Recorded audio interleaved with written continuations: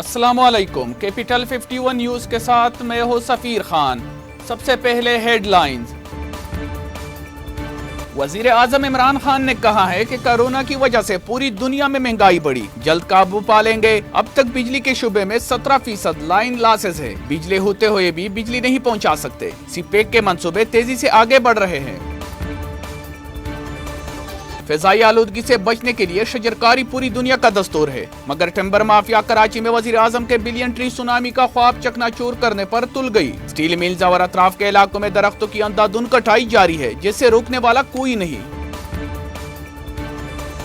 ISPR के मुताबिक security forces ने दहशतगर्दों की मौजूदगी की खुफिया इत्तला पर टांक में ऑपरेशन किया। ऑपरेशन में कालादम तहरीक तालिबान पाकिस्तान का कमांडर ख्वाजाद्दीन उर्फ शेरखान हलाक हो गया। फायरिंग के तबादले में पाक फौज के कैप्टन सिकंदर भी शहीद हुए। दहशतगर्दों के ठिकाने से असलहा और बारूद भी बरामद हुआ।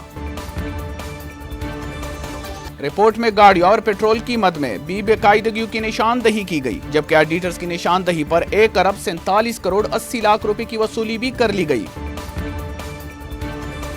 पाकिस्तान मुस्लिम लीग नून के सदर शहबाज शरीफ घर के सीढ़ी से फिसलकर जख्मी हो गए। गिरने के बायस कमर की तकलीफ में मुब्तला हो गए। तिब्बी मुआलिजीन ने मुआयना किया और एक्सरे लिए, जबकि तिब्बी मुआयने के बाद डॉक्टर्स का शहबाज शरीफ को आराम का मशवरा दे दिया। सेशन कोर्ट लाहौर में जजेस गेट से एलर्ट फोर्स के 2 जाली एहलकारों को गिरफ्तार कर लिया गया। मुल्जिमान के कब्जे से जदीद राइफल, 9mm पिस्टल, मैगजीन और गोलियां बरामद हुई। मुल्जिमों को सेशन अदालत के जजेस गेट से दाखिल होते हुए गिरफ्तार किया गया।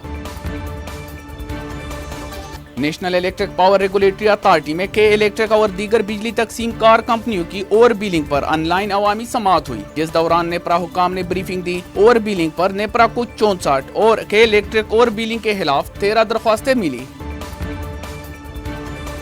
आलमी खबर रसा अदारे के मुताबिक ऑक्सफोर्ड यूनिवर्सिटी की नई तहकीक में इंकशाफ हुआ है कोरोना के 37% मरीज किसी एक इलामत का तवील मुद्दत तक शिकार रहते। इन इलामात में मरीजों के सांस लेने में तकलीफ, थकन, दर्द और इज़्तिराबी कैफियत शामिल है।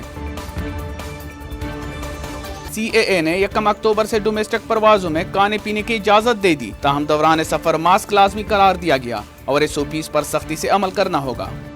मजीद खबरों और अपडेट्स के लिए देखते रहिए कैपिटल 51 न्यूज।